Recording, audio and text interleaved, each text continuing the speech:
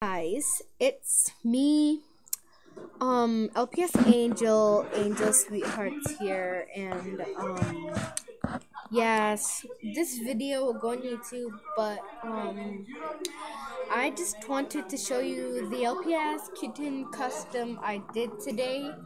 So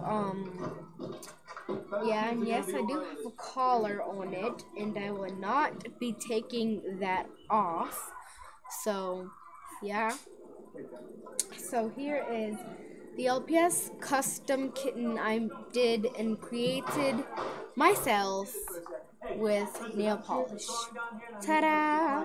Yes, this LPS kitten will now be my new LPS mascot. So yeah. So this LPS kitten, which is so adorably cute, and yes, it was gray, but I customized it to be a little cupcake sweetheart for my mascot of my channel, since my YouTube name is LPS Angel Sweetheart, and this is a little strawberry cupcake sweetheart for my mascot, which is for my channel.